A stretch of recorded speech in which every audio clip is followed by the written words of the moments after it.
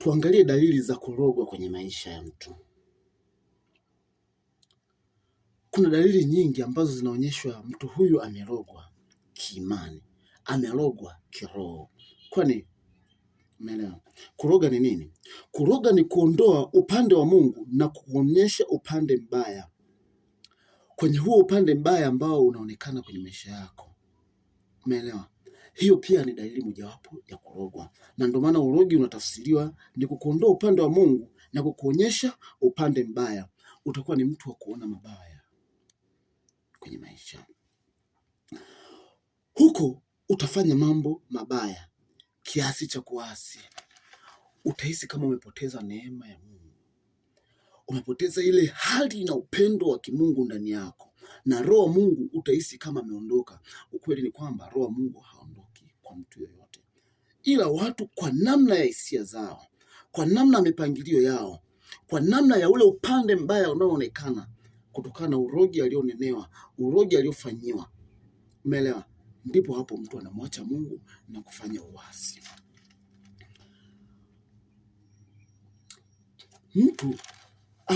Mtu yoyote hawezi kukuroga kwa namna yoyote. Kuroga ni maneno. Mtu anatumia maneno tu kukuroga. Atasema maneno, atatamka kwa kile ambacho unakitazamia au kile ambacho yeye anakihofia.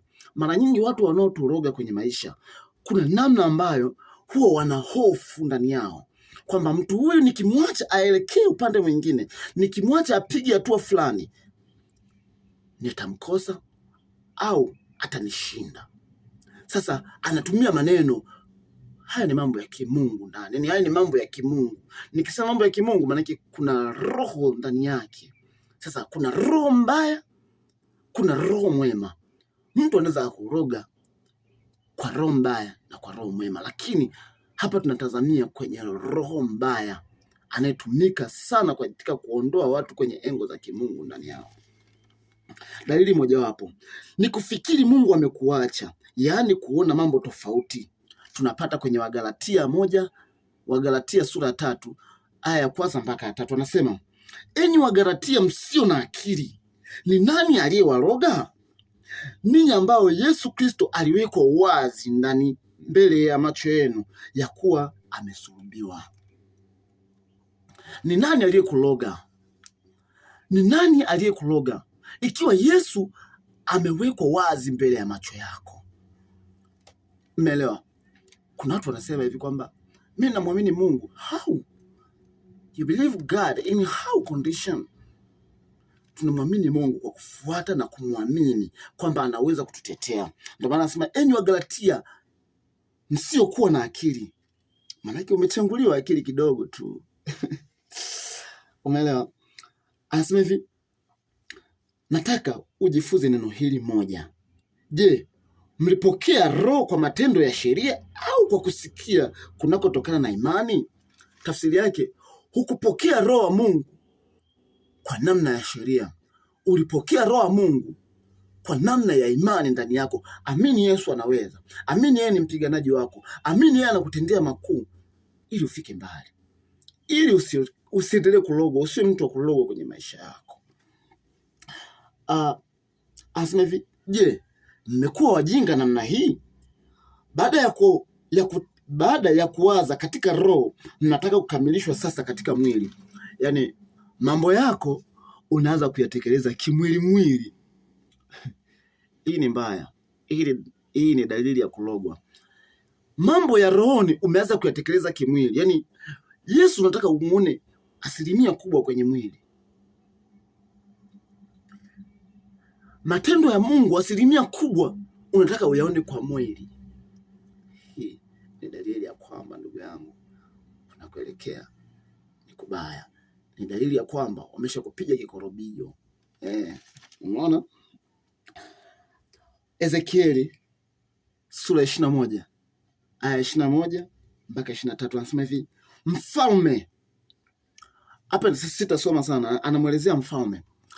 Huyu mfalme alisimama njia panda kutokana na hofu ya kushindwa. Watu wa Mungu wana nguvu. Yaani ukiona unamtegemea Mungu kwenye maisha yako, of course wewe una nguvu ya ushindi kokote, kwa chochote na kwa lolote. Sasa maadui zako lazima wasimame, wakuogope, lazima wasimame. Ndipo tunaona alisimama njia panda, akashika uganga. Yes, alivyoona umemtazamia Mungu kwamba yeye ndio Bwana na Mwokozi wa maisha yako, akaondoka akaenda kwa wakuu wa giza, kwa waganga wa kienyeji. Na maanisha huku anasema hivi, akapewa maneno ya urogi kwa ajili ya kukuroga wewe. Akasimama njia panda, umeelewa? Akashika uganga, akatikisa mishale. Maana hizo ni silaha ambazo anazitumia nani, lazima aziboost kwamba zinaweza zikachapa mtu, zinaweza zikachapa hiyo imani ulionayo, zinaweza zikachapa huo upendo wa Mungu ulionao ndani ya roho yako. Akatikisa sasa, akaziuliza terafi. Anaziuliza terafi. Sasa terafi hapa anazungumzia, yani ukisikia terafi kibiblia, sasa haya ni maandishi ambayo yanamaanisha kibuyu. Akashika kibuyu sasa, ndio anaanza kunena. Yes. Huyu fulani amekuwa hivi na hivi na hivi na hivi. Sasa hiyo ni maneno, lazima akuloge kwa kutumia maneno. Sawa, hapa alikuwa anapiga bao ili kuloga, analoga Yerusalemu. Akiwa amegeukia Yerusalemu, anawaloga wana wa Israeli ili apate kushinda, kwa sababu wana wa Israeli walikuwa wanamtegemea Mungu, na katika historia zao walikuwa ni watu wa kushinda always. Kwa hiyo huyu mfalme ndipo anakwenda kwa mganga, anashika sasa terafi, anashika na mishale ambayo anataka aitumie kwa ajili ya kuwadhuru wale watu. Unanielewa? Afu analoga. Upo hivyo ulivyo. Imani yako imepoa ndani yako. Haumuoni Mungu tena ndani mbele yako. Matendo yako unayalinganisha kwa hali ya kibinadamu sana. Umesimamiwa hivyo. Wamekushikia terafi, wakatikisa kwanza, wakaona mbona huyu anawezekana kabisa, hata kama anamtegemea Mungu, lakini tukiangalia bao, nikipiga bao naona mbona hapa naweza nikamtikisa. Ana udhaifu fulani huyu,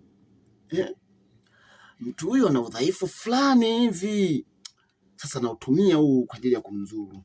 Huo udhaifu wako ulidhihirika mbele ya adui yako, na adui yako akakuloga.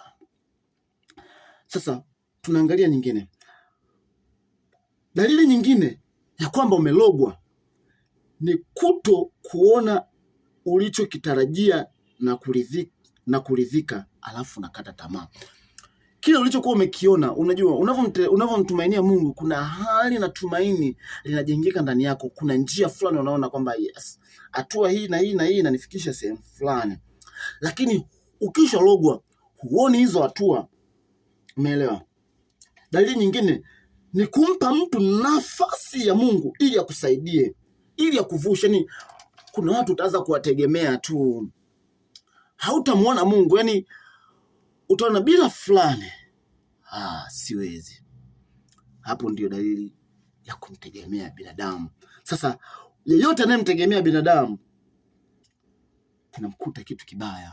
Lazima mtu yapate laana.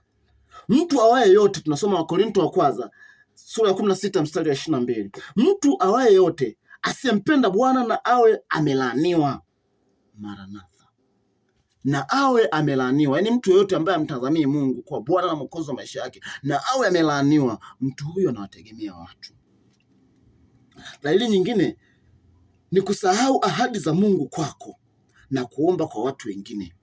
Ahadi ambazo Mungu amekuahidia kipindi unachoamini. Kuna ahadi uliziona Mungu amekuahidia utafika level fulani. Hizo ni ahadi.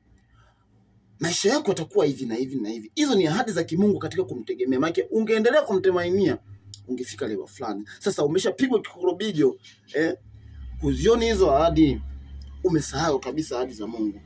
Umeelewa? Tunasoma kwenye kitabu cha Yoshua sura ya 1 mstari wa 8. Maana yake